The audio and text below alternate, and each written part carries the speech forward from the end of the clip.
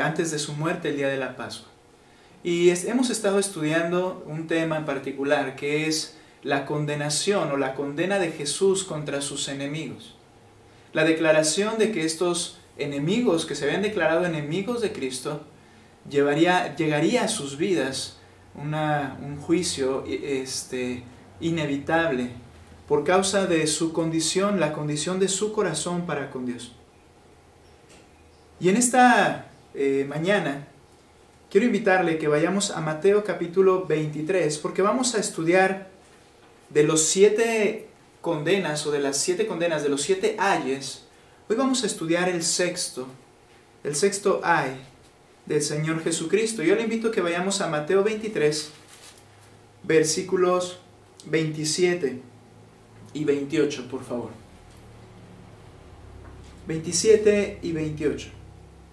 Y dice: Ay de vosotros, escribas y fariseos hipócritas, porque sois semejantes a sepulcros blanqueados que por fuera a la verdad se muestran hermosos, mas por dentro están llenos de huesos de muertos y de toda inmundicia. Así también vosotros por fuera a la verdad os mostráis justos a los hombres, pero por dentro estáis llenos de hipocresía e iniquidad. Quiero recordarles nuevamente este sexto ay, que los ayes son condenas. La Biblia Nueva Traducción Viviente interpreta esta frase de Jesús de la siguiente manera: ¿qué aflicción les espera, maestros de la ley religiosa y fariseos? ¿Qué aflicción les espera? Esto era lo que significaba el ay, ¿verdad? Lo que ha de venir a ustedes por causa de su condición. El Señor está anunciando su inevitable final a causa de su hipocresía. Cada uno de estas condenas, Él les dice hipócritas. Y al estar en esa hipocresía y permanecer en esa hipocresía, el final sería inevitable. Hay una falta de temor reverente a Dios en ellos. Y por ello ellos actúan con hipocresía. Esta amenaza y estas amenazas del Señor tienen como alcance la condenación final. Por eso vemos esa condenación final y eterna en el infierno, en el verso 33, cuando les dice: serpientes, generación de víboras, ¿cómo escaparéis de la condenación del infierno? Por ello les decía: ay de vosotros, lo que os vendrá. ¿Qué aflicción les espera? ¿Cómo vas a escapar del infierno? Ahora tenemos una respuesta a esto. No es que a ellos, de alguna manera, y todos los escribas y fariseos, definitivamente el Señor de alguna forma había provocado, había determinado en ese sentido decir: no, te vas a ir al infierno y es lo único que va a pasar, sino que por su condición, ese era el final inevitable. Y era tan endurecidos sus corazones, habían rechazado la obra del Espíritu Santo, habían rechazado al Mesías. ¿Qué más se puede hacer por ellos? Nada, su final es inevitable. Ahora, tiene como alcance estas amenazas, tiene como alcance la condenación final y eterna en el infierno.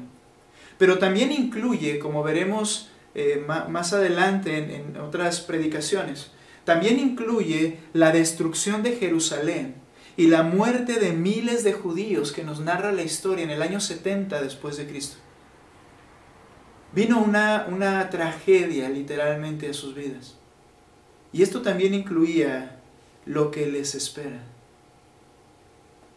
Porque muchos de estos líderes estaban ahí aún el día en que Jerusalén fue destruida y ellos fueron asesinados por manos del general Tito. Bien, entonces, estos ayes son condenas. Y hoy veremos la número 6 en las Escrituras, que leímos 27 y 28, los versos 27 y 28. Y nuestro tema es la condena por ocuparse en lo externo. la condena por ocuparse en lo externo. Vamos a aclarar que no quiere decir este título que estoy poniendo, ¿verdad? Lo vamos a ver a la luz de estos dos versículos, pero no quiere decir que el manifestar justicia, o que se vea de manera visible a los demás, sea en sí algo incorrecto o pecaminoso. No estamos diciendo eso. Manifestar justicia no es un pecado, por supuesto. De hecho, el mismo Señor Jesucristo exhortó a sus discípulos para que vivieran de una manera delante de los hombres, que ellos vean vuestras buenas obras y glorifiquen a vuestro Padre que está en los cielos, dice Mateo 5:16. Entonces, manifestar de manera externa justicia no es pecado, de hecho es una instrucción del Señor a sus seguidores, a los creyentes.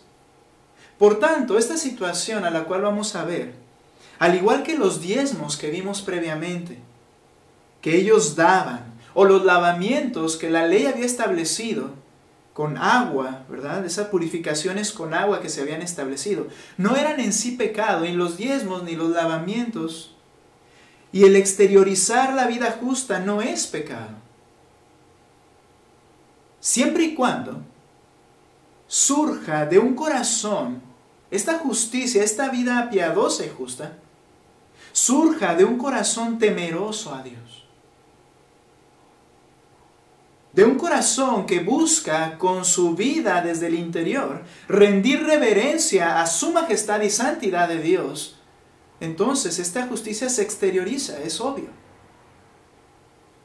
De hecho, Santiago, como hemos estudiado, Santiago dice que la fe sin obras es muerta. Se exterioriza una verdadera fe de un creyente que teme a Dios, se va a ver en su forma de vida. El Señor Jesús trata con ellos, porque el problema nuevamente es que lo que hacían era por hipocresía. Y el Señor Jesús nuevamente, como una daga directa a los orgullosos corazones de ellos, les revela el verdadero problema cuando les dice: hipócritas, simulador, persona que cubre con máscaras su verdadero sentir. Entonces, nuestro tema hoy, la condena por ocuparse en lo externo. Y el Señor en esta condena, en primer lugar, los compara con sepulcros blanqueados. Note lo que dice el verso 27. Ay de vosotros, escribas y fariseos hipócritas, o como vimos, lo que les espera. ¿Por qué? Porque sois semejantes. Es una comparación. A sepulcros blanqueados que por fuera, a la verdad se muestran hermosos, mas por dentro están llenos de huesos de muertos y de toda inmundicia.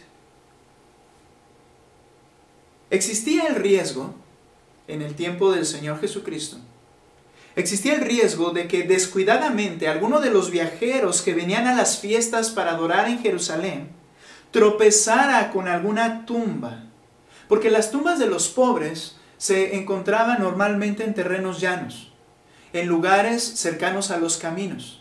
Esos eran los lugares donde les permitían a los pobres particularmente sepultar a sus muertos. Porque recuerde que los ricos, de manera común, tenían sus sepulcros en lugares muy exclusivos, que eran en cuevas, que ponían una roca sobre esas cuevas, como en la que Cristo murió, que le fue prestada. Entonces, más bien, la gente cuando sepultaba a alguien en los caminos, cerca de los caminos, en terrenos llanos, existía el riesgo de que los caminantes que venían a Jerusalén para adorar en alguna de las fiestas, o en cualquier momento en su vida venían al templo a adorar, podían tropezar con alguna de estas tumbas. ¿Y cuál es en realidad el problema? Que la ley decía que entonces quedaría esa persona ceremonialmente impuro e incapacitado para participar de la fiesta. La ley establecía que en caso, por ejemplo, de que sea la Pascua y alguien tiene un muerto y lo tiene que llevar a enterrar y se celebre todo esto, al momento de participar y tocar al muerto o su tumba, como quedaba ceremonialmente impuro, la ley establecía entonces, que era la fiesta más importante, la Pascua, que esa persona podría celebrarla, un mes después. a causa de haberse contaminado por el muerto. El Señor les otorgaba esa prórroga, por decir así, para llevarla a cabo un mes después. También la ley dice que todo aquel que tocare muerto o sepulcro de muerto sería inmundo por 7 días. Dice en Números 19:16, y cualquiera que tocare algún muerto a espada sobre la faz del campo, o algún cadáver, ahora una pequeña, bueno, ahorita les digo algo, o hueso humano, o sepulcro, 7 días será inmundo, dice en Números 19:16. Esto me hace recordar la historia del Señor, de aquel samaritano y aquel judío que fue dejado herido en el camino. Y nos hace entender que por causa de esto, cuando los levita o el sacerdote pasó, se alejó y siguió caminando. ¿Por qué? Porque si esa persona ya estaba muerta y se acercaba a ayudar y la tocaba, este hombre no podría entrar al templo por 7 días. Entonces su religiosidad le impidió mostrar amor por aquella persona. Ahora, esta ley implicaba que si yo venía con un viaje tan largo, recuerde que los judíos viajaban desde su lugar donde ellos vivían, incluso donde habían nacido, siendo judíos, viajes larguísimos, que implicaba una inversión de dinero importante. Sería una tragedia que alguno de estos viajeros llegase cerca del templo y quedase inmundo por causa de esto, después de invertir tanto tiempo y dinero para llegar hasta Jerusalén. Y entonces no poder acercarse al templo porque tenía que esperar 7 días. De hecho, cuando la persona se daba cuenta que había hecho esto, recuerden que siempre estas purificaciones ellos se tenían que dar cuenta que habían cometido esta falla. Entonces tenían que ir, ser lavados el tercer día, y después el 7º día volver a ser lavados para quedar puros. 7 días estaban inmundos, no podían participar en las cosas del templo. Sería una tragedia que esto le pasara a un viajero, y de hecho había sucedido. Por tanto, para evitar que esto sucediera, previo a la celebración de las fiestas y particularmente de la Pascua, los judíos en Jerusalén realizaban la labor de encalar o blanquear todos los sepulcros que regularmente se encontraban por los caminos cercanos a Jerusalén. Había una labor previa, algunos dicen que un mes antes la llevaban a cabo para que los que participaban pudieran estar purificados. Pero encalaban todas las tumbas, iban por todos los caminos encalando las tumbas. Entonces venía el visitante y desde una distancia apropiada, lejos en la tierra de Palestina, se comenzaban a dar cuenta de los lugares, las tumbas que estaban encaladas. Esa es la palabra que utiliza el Señor. Cuando dice en el versículo 27, semejantes a sepulcros blanqueados o encalados. El gran maestro, Jesucristo, utiliza una lección objetiva, porque todos podían voltear en ese preciso instante que Él está hablando. Todos podrían voltear y ver esas lápidas emblanquecidas a su alrededor. Lo cual, que normalmente lo blanco nos hace entender de lo puro, lo bueno. Esta blancura no era señal de belleza ni de pureza. No era señal de algo lindo que teníamos que ver porque está blanco y resplandeciente, sino todo lo contrario. La blancura era señal de muerte y de inmundicia. La blancura era la señal para mantenerte alejado de eso, porque era peligroso y te iba a contaminar ceremonialmente. Vosotros sois semejantes, hipócritas, les dice el Señor a los escribas y fariseos, que estos sepulcros o estas tumbas blanqueadas, el esfuerzo que ellos imprimían para exteriorizar justicia, los escribas y fariseos, Su blancura externa que ellos manifestaban, esa blancura externa que ellos manifestaban en sus actuares, en realidad, considerada por todos una virtud, era la más grande señal de su profunda corrupción. Ese intento de exteriorizar esa preocupación por cómo me ven y qué dirán de estos escribas, ese intento de que cuando ayunaban demacraban su semblante y salían por las calles y guardaban y diezmaban tanta cosa y hacían todo esto de una manera tan exagerada, en realidad era la señal de su profunda corrupción. Lucas 11 hace mención de algunos ayes, unas condenaciones, que el Señor Jesús declaró en su ministerio previamente en casa de un fariseo, similares a las que menciona Mateo en la última semana de vida del Señor. Pero quiero que vea este pasaje en Lucas capítulo 11, verso 44, lo que dice esta porción. Lucas 11, 44. Dice: «Ay de vosotros, escribas y fariseos hipócritas, que sois semejantes, que sois como», esa es la semejanza, «que sois como sepulcros», pero noten, que no se ven. Aquí la idea es que alguno de esos sepulcros no fue encalado. Quizá estaba demasiado cubierto por tierra, quizá era un lugar donde se le pasó al que le tocaba trabajar allí. Pero dice que sois semejantes, como sepulcros que no se ven, y los hombres que andan encima no lo saben. Es decir, esos hombres no se dan cuenta, no se dieron cuenta y jamás se dieron cuenta de que estaban ceremonialmente impuros por estar parados sobre algo que es inmundo. Esto nos enseña la influencia dañina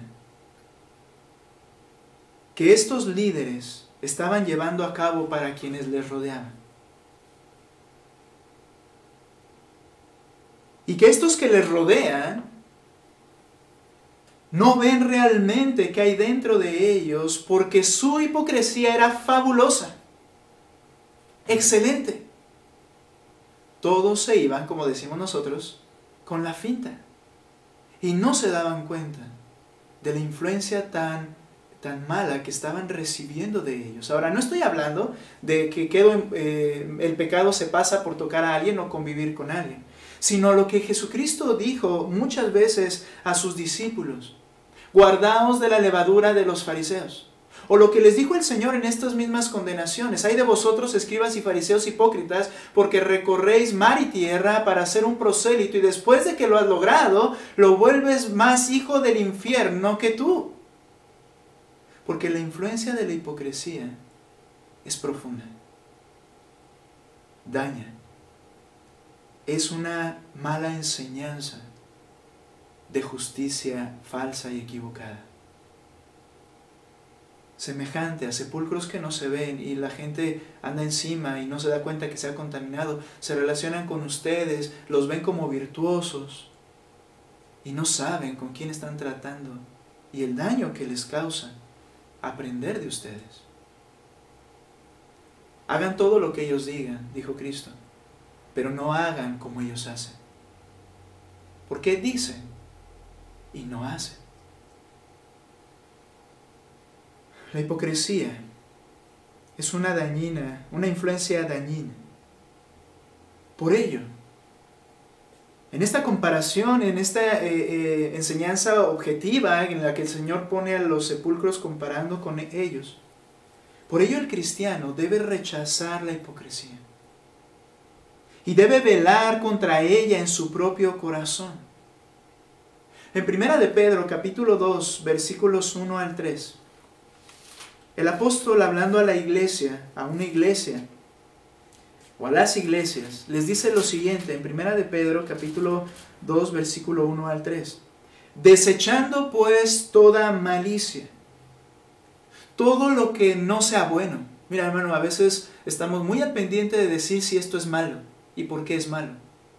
Pero muchas de esas cosas que buscamos calificar como por qué no son malas, no les puedes llamar que son buenas, que son de buen nombre, que dan gloria al Señor. No lo puedes hacer. Por eso dice este texto, de toda malicia, algo que no sea bueno y que tenga cualquier grado de malicia, deséchalo. Todo engaño. Y esto habla de la habilidad astuta de decir o hacer cosas, pero que en realidad es un engaño, aunque se vean bien. Deséchalo. Hipocresía. Lo que estamos hablando, simulación. Eso que estoy haciendo no es realmente lo que hay dentro de mi corazón. Deséchalo. Desecha tal actitud. Envidias y todas las detracciones, y esto se refiere a hablar mal de otros, el estar murmurando de otros, de nuestros hermanos, el estar diciendo por qué no estoy de acuerdo y qué tiene de malo y por qué está mal. Bueno, ¿por qué no vas y se lo dices? Lo contrario es murmurar. Y luego dice, desear. Abandona y desecha estas cosas y desea como niño recién nacido la leche espiritual no adulterada, para que por ella crezcáis para salvación.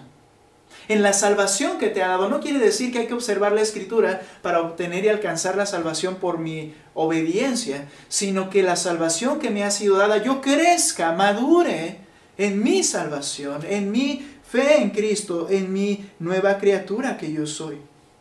Y luego dice el 3, esto solo lo pueden hacer si es que habéis gustado la benignidad del Señor, si es que has comprobado que Dios es bondadoso contigo, otorgándote lo que no mereces. Entonces desecha todo esto, incluido la hipocresía. Es perversa y dañina. Es como un pequeño virus, una pequeña gusanito que entra en un lugar y que puede derribar al más fuerte de los árboles. El Señor los compara con los sepulcros blanqueados. Hemos explicado por qué estos sepulcros blanqueados. Pero ahora en el verso 28, el Señor nos muestra el engaño de confiar en la hipocresía. Cuando yo me ocupo de lo externo por fuerza, ya que en mí hay cosas que no están bien, y me ocupo de lo externo y es mi más grande preocupación, cuando es así, entonces debo y voy a tener que utilizar la herramienta eficaz para esto, que es la hipocresía.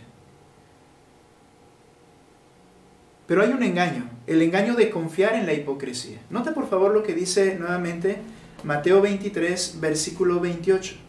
Después de haberles dicho, voy a comenzar a leer desde el 27 para que tengamos la idea completa. ¿Hay de vosotros, escribas y fariseos hipócritas? Porque sois semejantes a sepulcros blanqueados, que por fuera a la verdad se muestran hermosos, mas por dentro están llenos de huesos de muertos y de toda inmundicia. Es lo que hay dentro de esa caverna, de ese hueco. 28. Así también, note, vosotros por fuera, a la verdad, os mostráis justos a los hombres. Antes de seguir leyendo, el Señor les dice, así también vosotros. Es decir, al igual que aquellos sepulcros eran maquillados con cal, estos también maquillaban sus verdaderas condiciones del corazón. La simulación de justicia es una clara señal de la profunda corrupción del corazón. La simulación de justicia, no la manifestación de una vida justa, sino la simulación de justicia. Y antes que nada, el Señor les dice, así también vosotros, no te dice, a la verdad os mostráis justos. ¿Sabes? La hipocresía es realmente efectiva. La hipocresía es realmente efectiva ante los ojos de los demás. el Señor irónicamente les reconoce que habían logrado su propósito. Que a la verdad por fuera os mostráis justos. ¿Sabe por qué, hermanos, la hipocresía es realmente efectiva? Porque la hipocresía puede ser y es realmente indetectable. Estos hombres, dicho de otra forma, hacían un buen trabajo en su apariencia externa de justicia. Lo estaban llevando a cabo de manera muy bien, hermanos, al punto de que en el momento en que el Señor es enjuiciado delante de Pilatos, el pueblo se vio movido por las palabras de estos líderes judíos. El pueblo consideraba, es que estos no pueden estar mintiendo. Aunque dentro también de ellos y viendo la vida que ellos tenían o las enseñanzas como las hacían, veían una clara diferencia entre la verdad de Cristo y la mentira de ellos. A pesar de ello, su hipocresía era tan indetectable que ellos decían, es que no puede mentir si este Jesús dijo que derribaba el templo y lo reedificaba en 3 días, o todas aquellas mentiras que se dijeron contra él, apoyaron al liderazgo y dijeron, crucifíquenlo, háganlo, porque es malo él. Por supuesto que también sus corazones estaban endurecidos,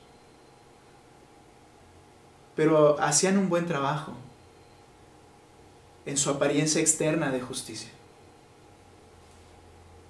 Aquellas oraciones largas en los mercados habían logrado su impacto. Aquellos rostros demacrados habían ganado popularidad. Aquellas ofrendas tan minuciosas y lavamientos consecutivos lograron su propósito ante los ojos de los hombres. ¿Qué tenían en común Caín, Saúl, Judas y Demas, por ejemplo, por mencionar algunos?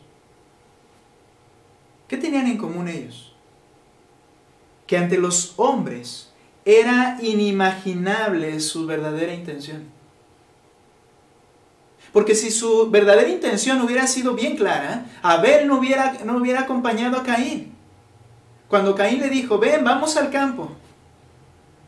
La labor de hipocresía de Caín fue tan perfecta que Abel ni siquiera se lo imaginó hasta que sintió el ataque y no sabemos cómo fue, pero se levantó y lo mató. Nadie se lo imaginaba. O particularmente Abel no se lo imaginaba. Saúl. El pueblo no se imaginaba que Dios había abandonado ya a Saúl desde hace mucho tiempo y lo seguían viendo tan grande, tan guapo, tan poderoso en su reinado, con su ejército tan fiel. Porque cuando el Señor lo desechó, le dijo a Samuel, no te vayas, desciende conmigo a Jerusalén para que los demás vean que estamos bien. Y los demás pensaban que estaba bien. Judas Iscariote. Cuando el Señor les dice que uno de ellos lo iba a entregar, dice la Escritura que todos los demás, los 12, se volteaban a ver unos a otros para saber quién sería. Mira, si Judas hubiera tenido una vida que fuera deplorable como lo era su corazón, si hubiera sido una vida tan manifiesta, créeme que no hubieran tenido dudas. Y cuando dijo el Señor, uno de ustedes me va a entregar, y la vista de todos en la mesa hubiera sido así, ya sabemos quién. No. Incluso ellos, cada uno dudaba de sí mismo. Incluso Judas podía haberse considerado el hombre de mayor confianza de Jesús, ya que Jesús le dio la bolsa del dinero. Nadie se lo imaginaba. O Demas. El apóstol Pablo habla de Demas. En algunas de sus cartas habla de su equipo de trabajo, y allí está mencionado un hombre llamado Demas como miembro de su equipo de misiones, de predicación, de visitar, de enfrentar tantos riesgos para predicar la palabra de Dios. Demas estaba en su equipo de trabajo. Pero llega un texto triste en donde Pablo dice, Demas me ha desamparado amando más este mundo. y se ha ido, me ha abandonado. En el momento en que Pablo más necesitaba la compañía de su equipo, Demas lo abandonó. Ahora, eso no sé si fue permanente o no, pero la frase utilizada, amando más a este mundo, muestra que Pablo como apóstol comprendía qué estaba pasando en este hombre. Comprendió, pero sabes, ni él se había dado cuenta. Él veía a Demas y lo menciona en su carta inspirada por Dios como un miembro de su equipo fiel, compañero de prisiones. No se imaginaba lo que había realmente en su intención y corazón. La hipocresía es realmente efectiva ante los ojos de los demás. De hecho, si en algún momento ahorita que hemos estado hablando, en tu corazón surgió por ahí una idea de decir, bueno, yo realmente si los observo bien, sí me doy cuenta, ten cuidado. Porque de hecho no hay una instrucción a la iglesia para identificar la hipocresía en los demás. Salvo el don que no está funcional ahora, que era el de discernir espíritus, que el Señor les dio a los primeros creyentes cuando aún no estaba la escritura ya formada, porque llegaban maestros que nadie conocía y decían que venían a predicar a Cristo, y Dios dotó de este don a algunos creyentes para que al momento de estar hablando ellos pudieran tener discernimiento de lo que estaban diciendo y ver si este profeta era genuino o no. Pero la escritura no dice que Él ha dado un don para identificar hipocresía en la actualidad. De hecho, Jesús dijo, no juzguéis según las apariencias, sino juzgad con justo juicio. Y el Señor dijo, mi juicio es verdadero. Nosotros debemos tener sumo cuidado de comenzar a criticar por lo que vemos y decir, este me parece que es un hipócrita. Porque entonces sí estás cayendo en un pecado, que es juzgar a los demás con un juicio que es según las apariencias al final de cuentas. Es por ello que dice el Señor que todo lo tenemos que dejar en las manos del que juzga con justicia. Esa no es mi labor. Aún de alguien que ha pecado. No es mi labor condenar y decir, este no era salvo. No es mi labor. Porque te puedes llevar sorpresas. Me puedo llevar sorpresas.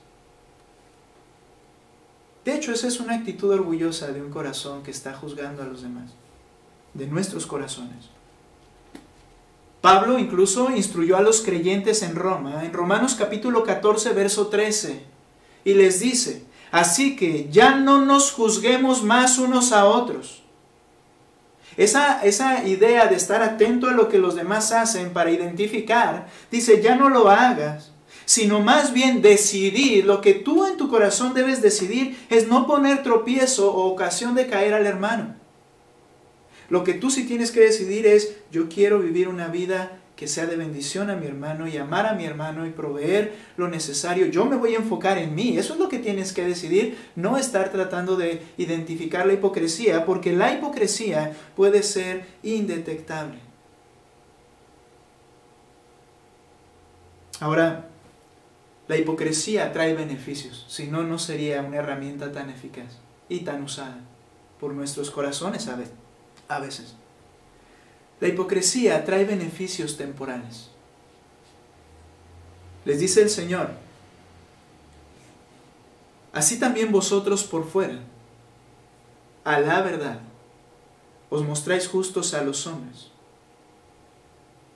A la verdad, os mostráis justos a los hombres. La necesidad del hombre de aceptación y reconocimiento se convierte en su más grande prioridad. El orgullo del corazón caído que posee la humanidad busca satisfacción en el aplauso de los demás.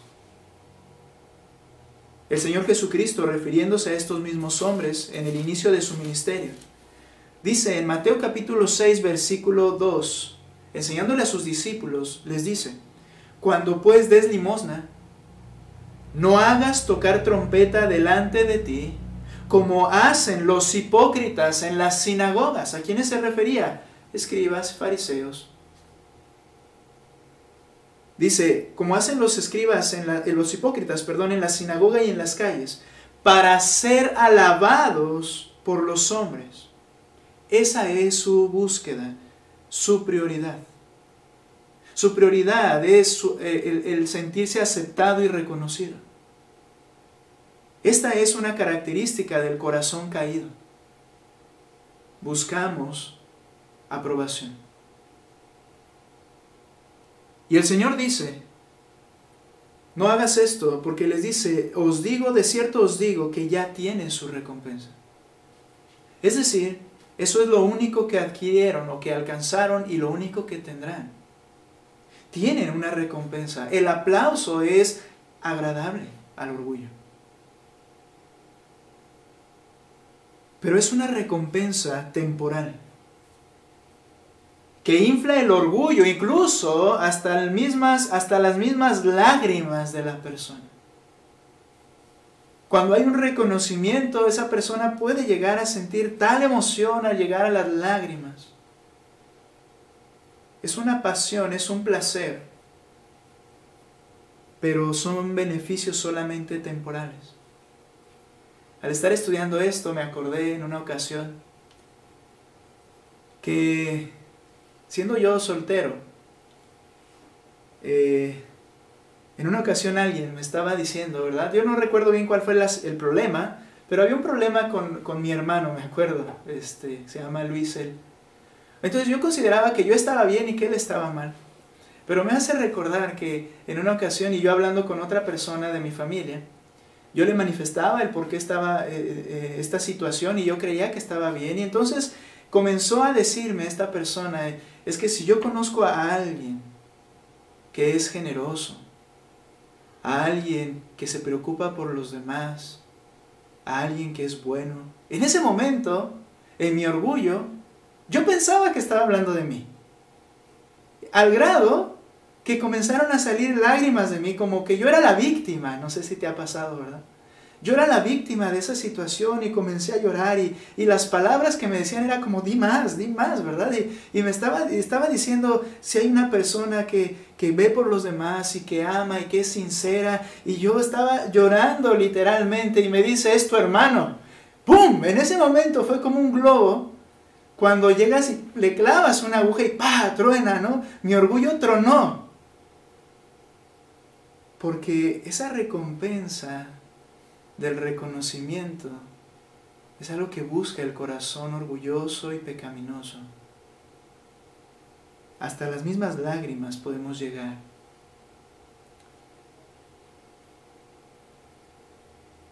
La hipocresía trae beneficios temporales. La hipocresía hace que la persona que practica la hipocresía lo hace esclavo de la opinión de los demás.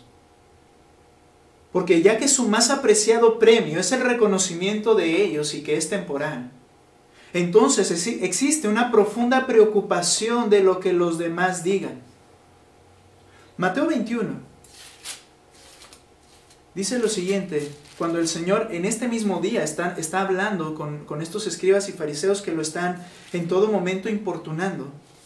En el capítulo 21, versículo 23, cuando le preguntan acerca de su autoridad, ¿con qué autoridad haces estas cosas? Note por favor la actitud de ellos. Dice el 23, cuando vino al templo, los principales sacerdotes y los ancianos del pueblo se acercaron a él mientras enseñaba y le dijeron, ¿con qué autoridad haces estas cosas? ¿Y quién te dio esta autoridad? Respondiendo Jesús les dijo, yo también os haré una pregunta.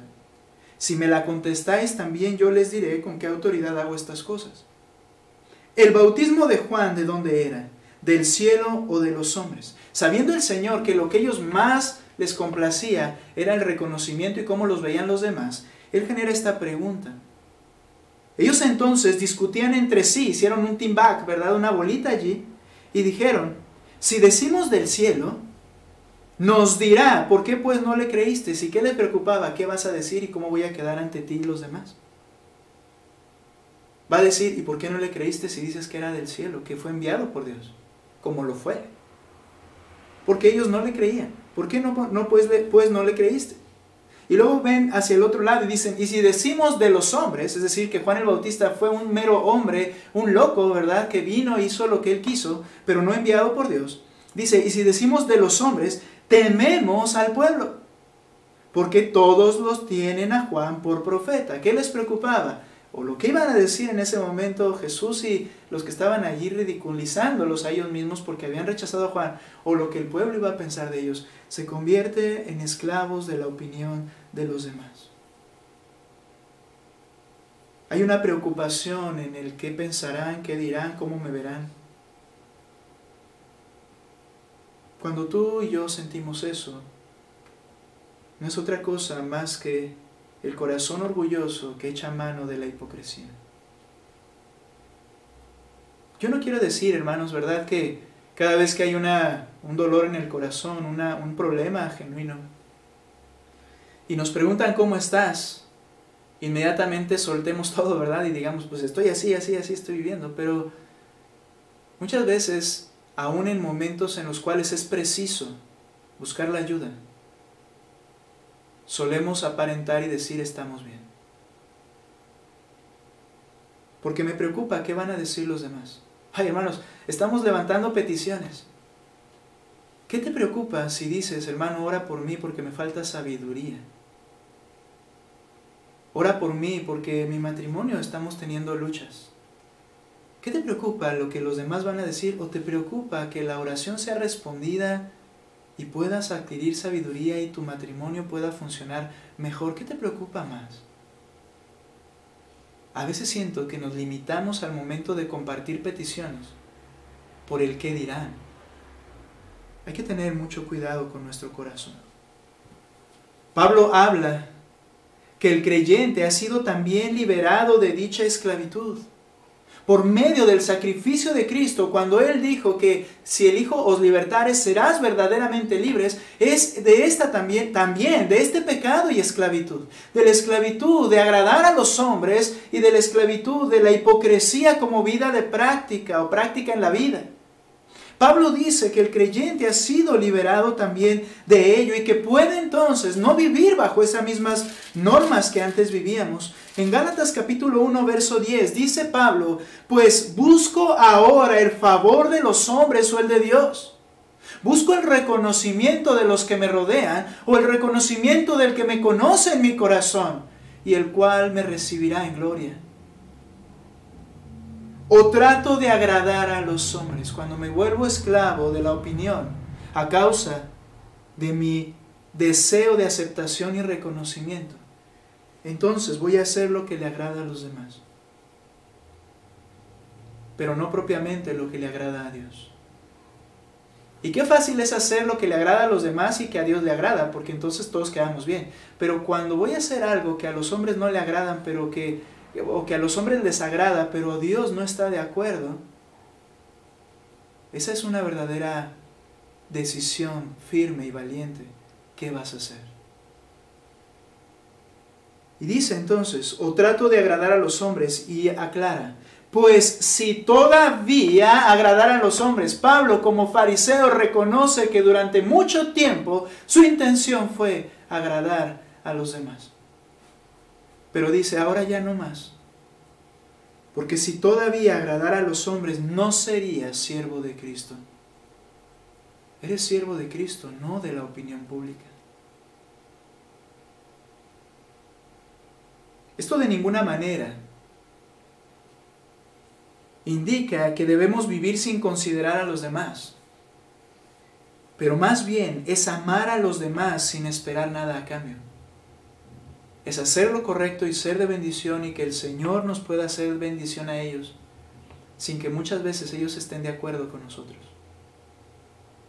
Es amarle, ir y reprender a mi hermano sin pensar qué va a pensar de mí, porque sé que está haciendo algo que delante del Señor está incorrecto y mi hermano necesita restaurar su relación con Cristo. Yo debo ir y decirle, pero me preocupa si me va a decir algo, si ya no me va a hablar o si me voy a sentir mal.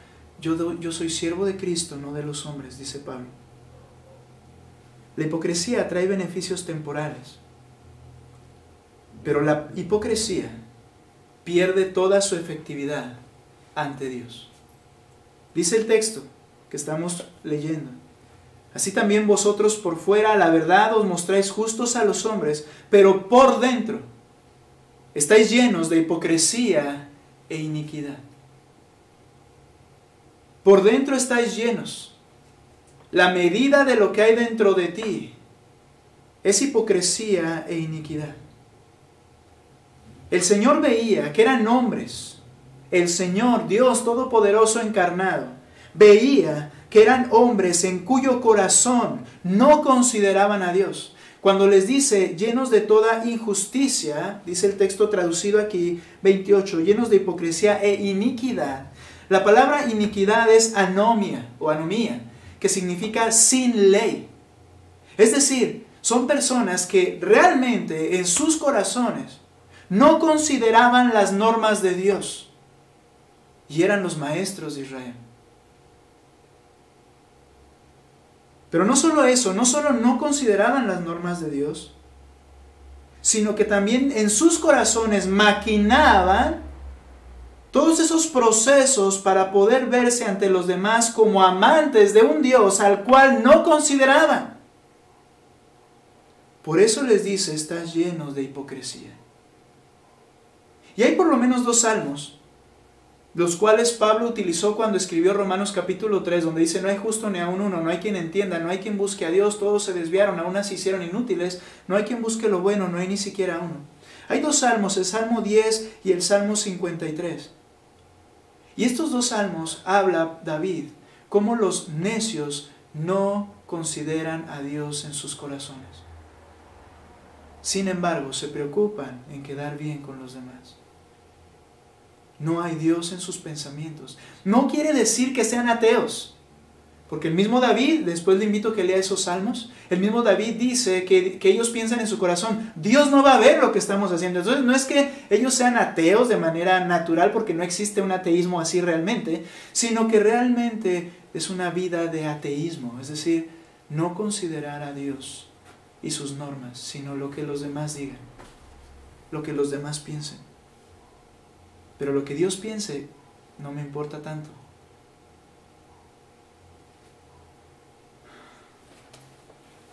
Jesús veía lo que había dentro de ellos. Jesús conocía y conoce lo que hay en cada corazón en esta mañana. Y la mera profesión externa a Él no lo puede confundir. Juan capítulo 2, verso 23. Quiero leer 2 textos aquí en Juan. Juan capítulo 2, verso 23 al 25. Estando en Jerusalén, en la fiesta de la Pascua, el inicio de su ministerio, casi 3 años antes de lo que estamos narrando en Mateo 23, muchos creyeron en su nombre. Gloria a Dios, y cerramos la Biblia. No, nota por favor, dice, viendo las señales que hacía, pero Jesús mismo no se fiaba de ellos. No confiaba en lo que externamente profesaban, porque conocía a todos y no tenía necesidad de que nadie le diese testimonio de lo que había, que nadie le diese testimonio del hombre, pues él sabía lo que había en el hombre. No se fiaba de ellos. Y un pasaje similar en Juan capítulo 8. Nuevamente, vea esta afirmación, que debe ser una alarma realmente a los oyentes. Dice 8:31. Dijo entonces Jesús a los judíos que habían creído en él. Profesión. Si vosotros permaneciereis en mi palabra, habla a futuro. Mira, si a futuro, he explicado este texto algunas veces, lo recuerdan, si a la larga tú sigues andando en mis caminos, dice el versículo, lo perdí aquí, pero el 31, sí. Si vosotros permanecéis en mi palabra, seréis verdaderamente mis discípulos. Es decir, dices que eres mi discípulo, bueno, la evidencia es si permaneces en mi palabra. Porque hay una realidad, el verdadero creyente permanece en Cristo. No lo va a negar después. Permanece. Si permanecéis en mi palabra, entonces quiere decir que ahora eres verdaderamente mi discípulo, pero habría que ver un poco de tiempo. ¿Dios necesita ver un poco de tiempo? No. Dios sabía lo que había en ellos. Esta prueba era para ellos. Para ellos. Para el que decía que era discípulo del Señor, ok, observa tu vida. Nadie más te lo va a decir, pero si permaneces fiel, si consideras mis caminos y sigues mis caminos de manera fiel, entonces es porque realmente lo eres. Y conoceréis la verdad y la verdad os hará libres. Ahora, no es que Dios necesita tiempo para ser convencido, sino que más bien la hipocresía tiene un tiempo de caducidad también.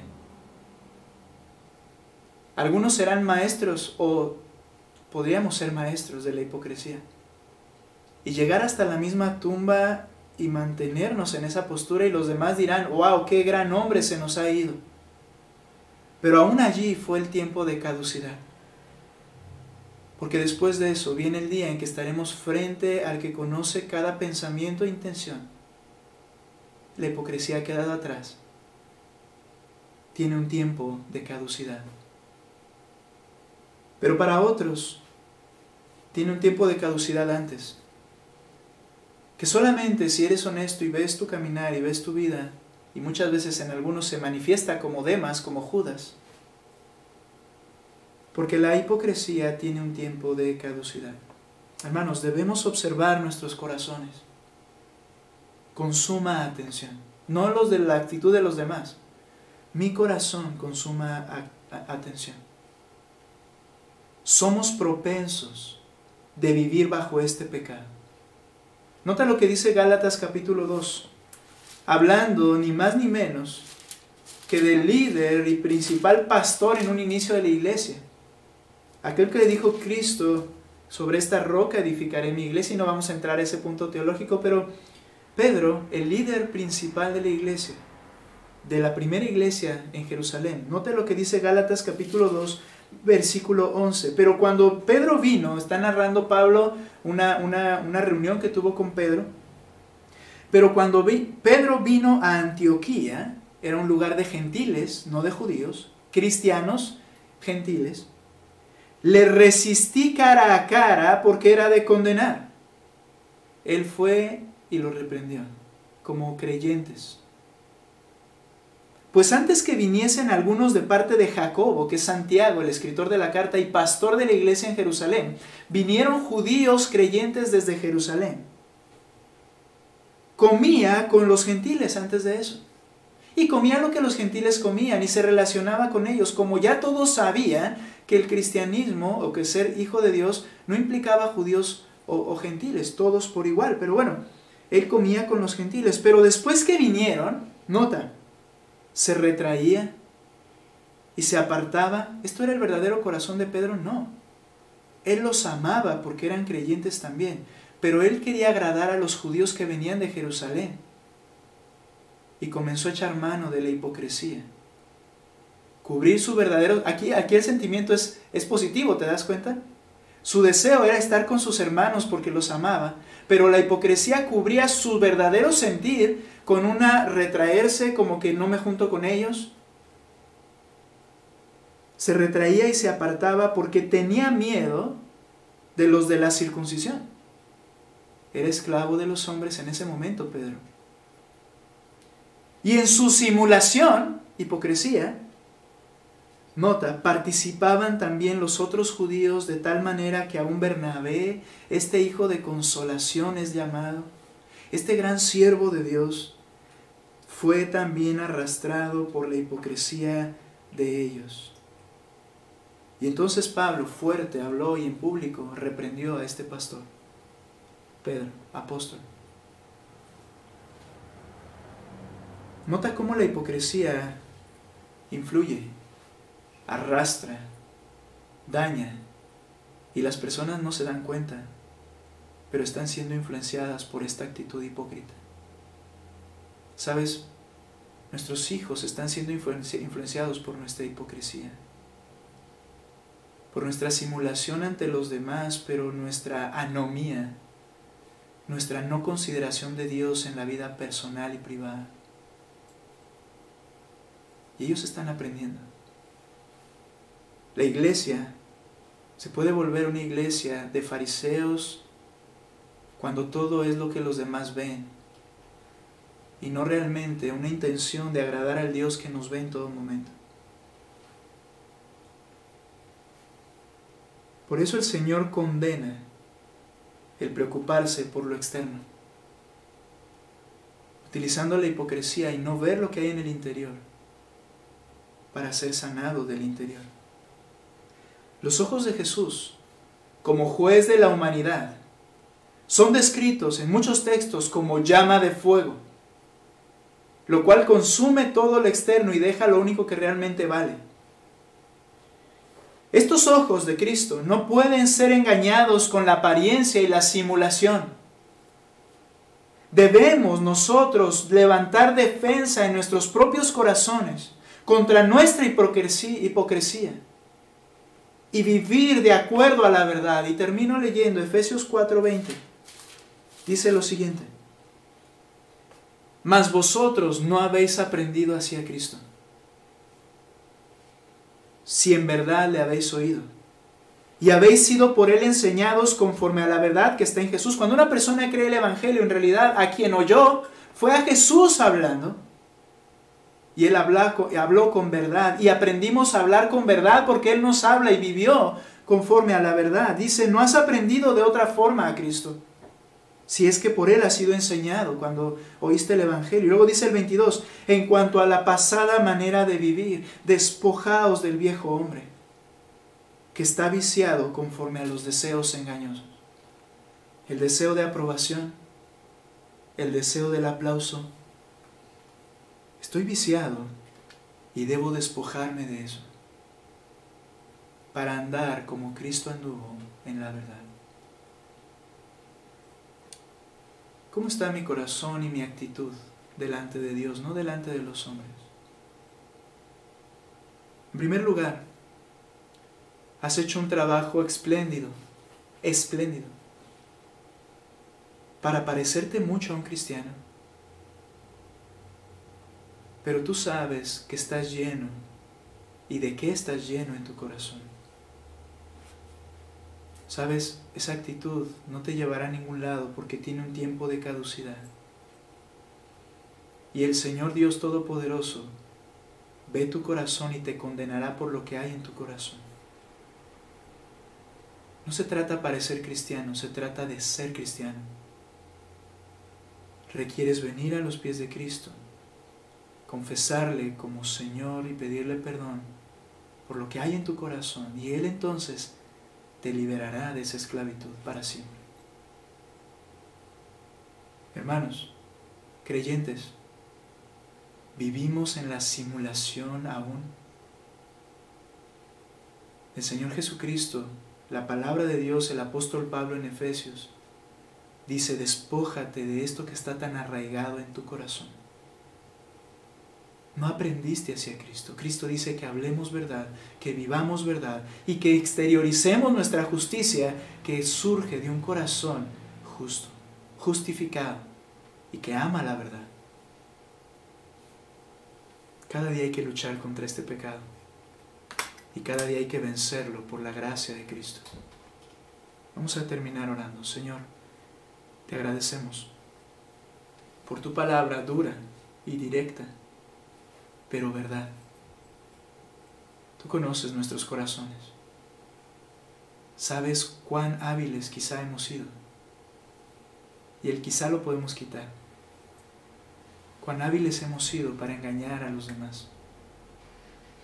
Ayúdanos a ser verdaderos. A amarnos en verdad, no de palabra y de lengua. Ayúdanos a obedecerte en verdad, no solo para quedar bien. Ayúdanos a ser genuinamente cristianos, de verdad, Padre. Gracias, Señor, te damos por tu palabra. Obra en los corazones. Y que nadie quede contento hasta no venir a ti, Señor, los que requieren venir en primer lugar para salvación y posteriormente para pedir perdón y ser restablecidos a una relación correcta contigo. Te alabo, Padre, te alabo, Señor Jesucristo.